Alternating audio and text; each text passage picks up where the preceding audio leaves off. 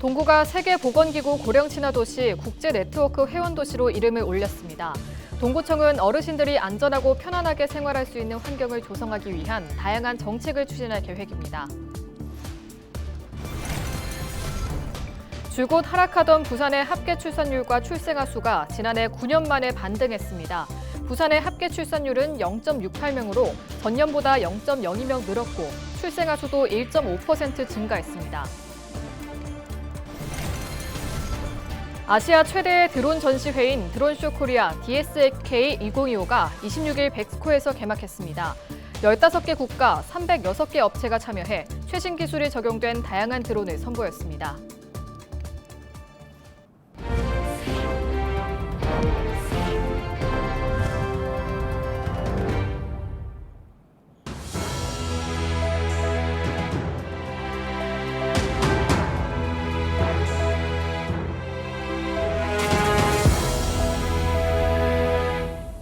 시청자 여러분 안녕하십니까? 헬로티비 뉴스입니다.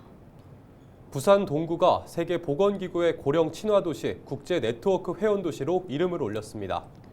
도시의 고령화 현실을 막을 수 없다면 이를 변화시켜보자며 기울인 그동안의 노력을 인정받은 건데요. 앞으로도 다양한 시도는 계속됩니다. 권정숙 기자입니다. 곱게 긴 이불을 담아 순수 끌고 오신 어르신. 어르신들의 대형 빨래를 해주는 이바구 빨래방을 찾은 겁니다. 수거해주기도 하지만 고마움에 직접 찾아왔습니다. 아주 건조할 시계 가면 따뜻한 거 덮어요. 정말 금방 덮을 때 너무 기분 좋아요. 그 할머니들은 정말 이거 하기 힘들어요. 이불 빨래는 통이 다 작고 방 안에서 말려야 되는데 뭐 길가에 못 놀고 옥상에 아예 못 올라가고 그러니까. 바쁠 때는 하루에 100장이 넘는 이불이 들어올 만큼 인기라는 빨래방. 이곳에서 일하는 분들도 어르신입니다. 평균 근속만 10년 차. 어르신들은 여기서 받은 임금을 모아 더 어려운 어르신들을 위해 마을 잔치도 여는 등 봉사까지 하고 있습니다. 우리는 진짜 만족하죠. 지금 우리 이 나이에 어디 갈 데가 어디 있습니까? 그러니까 여기서 그래도 일을 하니까 우리 용돈도 벌 수 있고 또 아침에 우리가 뭐를 할 수 있게 집에서 나온다는 그 자체가. 일자리는 물론 품위 유지비 지원과 무료급식, 독거노인 안심 서비스 제공에 이르기까지 다양한 노인 복지 사업을 펼치고 있는 동구. 여기에는 현재 도시 상황이 반영돼 있습니다. 8만 5천 명이 넘는 동구 인구 중 65세 이상 노인 인구는 2만 5천여 명. 고령 인구가 29.9%로 부산시 평균보다 높습니다. 독거노인 부율도 39%로 역시 부산시 평균치를 웃돌고 있습니다. 부산의 경제 중심지이면서 동시에 원도심 고령화란 문제도 안고 있는 겁니다. 이에 부산에서 가장 많은 고령자 일자리를 만들고 노인 복지를 늘리다 보니 동구는 올해 세계보건기구의 고령 친화도시 인증까지 받았습니다. 대부분의 어르신들이 경제활동을 하고 싶어 하는데요. 16개 부산시 구군 중에서 우리 동구가 인구 대비 최다의 4,552개의 노인 일자리를 확보했고요. 주민들 모두가 공감할 수 있고 어르신들의 삶에 실질적으로 도움이 되는 27일 고령 친화도시 인증 선포식을 여는 부산 동구는 고령화의 현상을 바꾸기보다 받아들이고 고령자들이 행복을 느끼며 살 수 있는 도시로 만들어 나가겠다는 계획입니다. 항상 마음이 너무 행복해요. 우리 노인들 너무 행복하다 싶어가 너무 기분 좋아요. 솔직하니 직원 여러분들 모두 다 보살펴 주세요. 노인들 정말 힘든 할매들 많거든요. 헬로티비 뉴스 권정숙입니다. 지난해 부산의 합계 출산율과 출생아 수가 2015년 이후 9년 만에 반등했습니다. 통계청이 발표한 2024년 전국 인구 동향 자료를 보면 부산의 지난해 합계 출산율은 0.68명으로 전년 대비 0.02명 늘었습니다.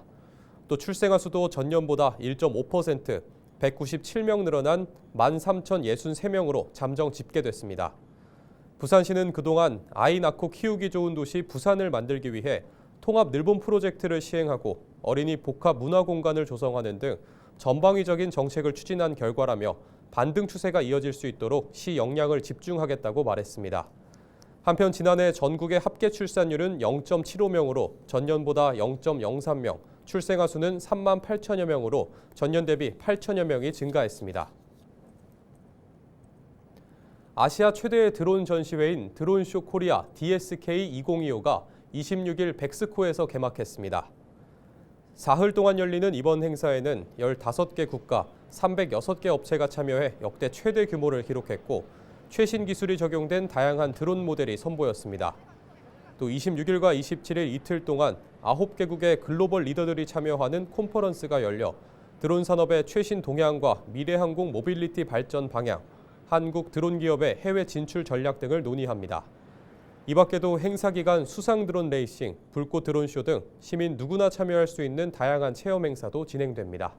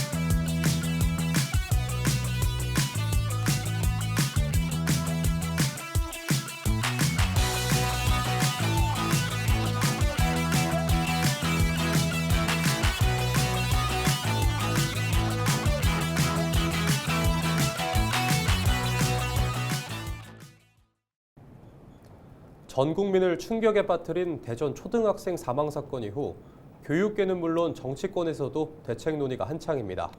피해 학생의 이름을 딴 법안 추진도 급물살을 타고 있는데 우려도 뒤섞여 나옵니다. 이세진 기자의 보도입니다. 교사가 휘두른 흉기에 숨진 8살 초등학생. 가장 안전한 곳이라고 믿었던 학교 안에서 벌어진 참극이었습니다. 사건이 전 국민의 공분을 사면서 유사한 피해를 막기 위한 대책 논의도 속도를 내고 있습니다.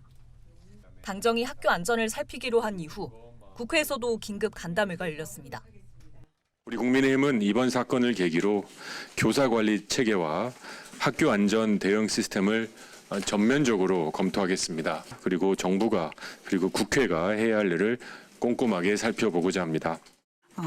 우울증인지 정신질환인지 이런 것들이 그 원인으로 되었다라고 하면서 또 이걸 해법에 있어서도 교육이나 교육부 관계자만 참여해서는 또 놓치는 부분이 있을 것 같아서 보건복지에서 함께하고. 이 자리에서 교육부 측은 진상조사와 재발 방지를 약속했습니다. 후속 대책으로는 늘봄학교 안전 귀가 방안과 초1, 2는 대면 인계, 동행 기과를 원칙으로 학교 내에서 인계 지점까지 학생들을 인솔하여 보호자에게 인계하고 보호자가 학생과 동행하여 귀가하는 것을 원칙으로. 고위험 교원을 분리하는 이른바 하늘입법 추진 계획도 내놨습니다. 타인에게 위해를 가할 내진 가하는 고위험 교원과 일반적으로 교육 활동을 하면서 심리적인 어려움을 겪는 선생님들을 구분해서 정책을 추진하고자 합니다. 하지만 학교 현장의 반응은 엇갈렸습니다. 학부모는 임시 방편식 정책에 그칠까 우려했고 호미로 막는 식의 정책이 계속되는 희생을 만들지 않았나 하는 안타까움이 들고요. 현직 교사는 이미 현장에서 많은 어려움을 겪고 있는 선생님을 잠재적 범죄자로 몰아갈 수 있다고 걱정했습니다. 고위험 교원의 기준이 매우 모호했습니다. 이는 현장에서 고위험 교원이라는 것에 대한 자의적 해석과 그 교원에 대한 과도한 조치로 이어질 수 있고 이는 곧 교원의 권리를 침해할 수. 학교 내 CCTV 설치 역시 논쟁의 중심에 선 대책 가운데 하나. 여러 비극을 겪어온 학교 현장의 부담이 가중될 수밖에 없는 대책들인 만큼 더 신중한 논의가 뒤따라야 한다는 지적입니다. 헬로티비 뉴스 이세진입니다. 26일 새벽 0시 40분쯤 부산 해운대구 재송동의 한 주택 5층에서 불이 났습니다. 불은 30분 만에 꺼졌지만 가재도구 등이 불에 타 소방서 추산 75만 원의 재산 피해가 났습니다. 당시 의식을 잃고 병원으로 옮겨진 40대 거주자는 끝내 숨졌습니다. 경찰과 소방당국은 베란다 쪽에서 불꽃을 봤다는 주민 진술을 토대로 합동 감식을 벌여 정확한 화재 원인을 조사하고 있습니다.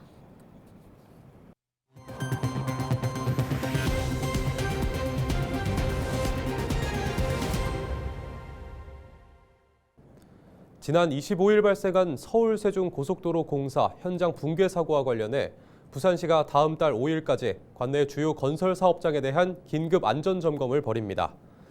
점검 대상은 광안대교 접속도로 연결 공사, 덕천 양산 간 도로교통 체계 개선 공사, 만덕 센텀 간 내부순환 도시고속화 도로 공사 등 9곳입니다.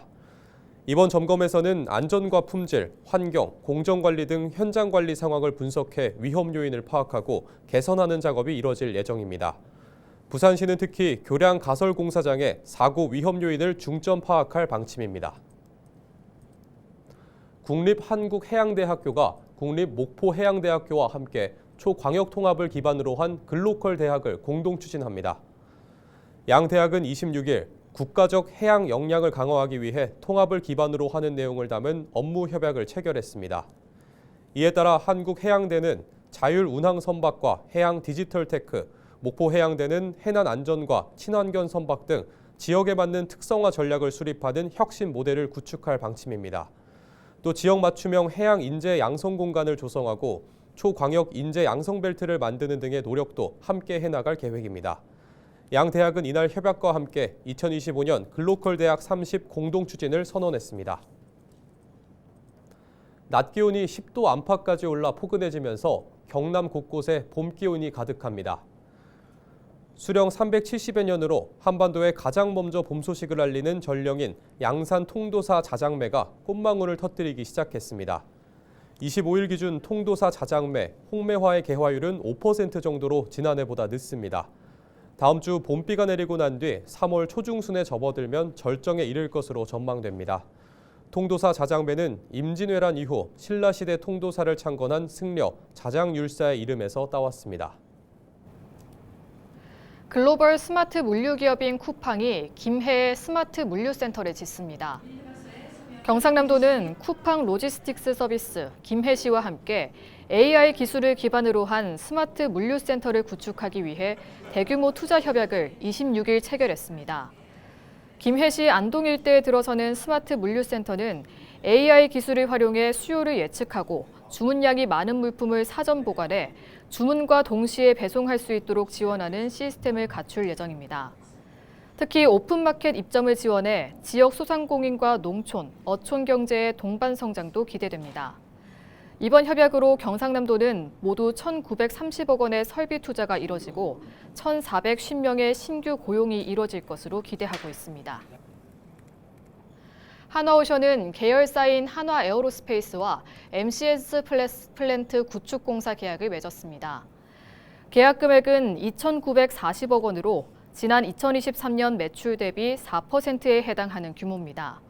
계약 기간은 오는 2026년 연말까지입니다. 부산시가 올해 267억 원을 들여 노후 경유차 조기 폐차 지원 사업을 벌입니다.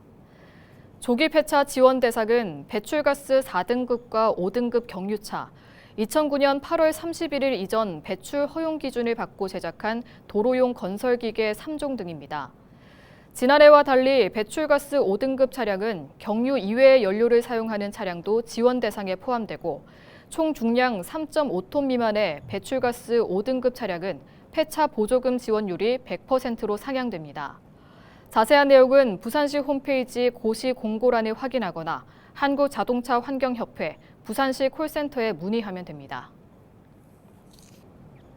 이상으로 뉴스를 마칩니다. 저희는 언제나 지역민 여러분과 함께합니다. 시청해주신 여러분 고맙습니다.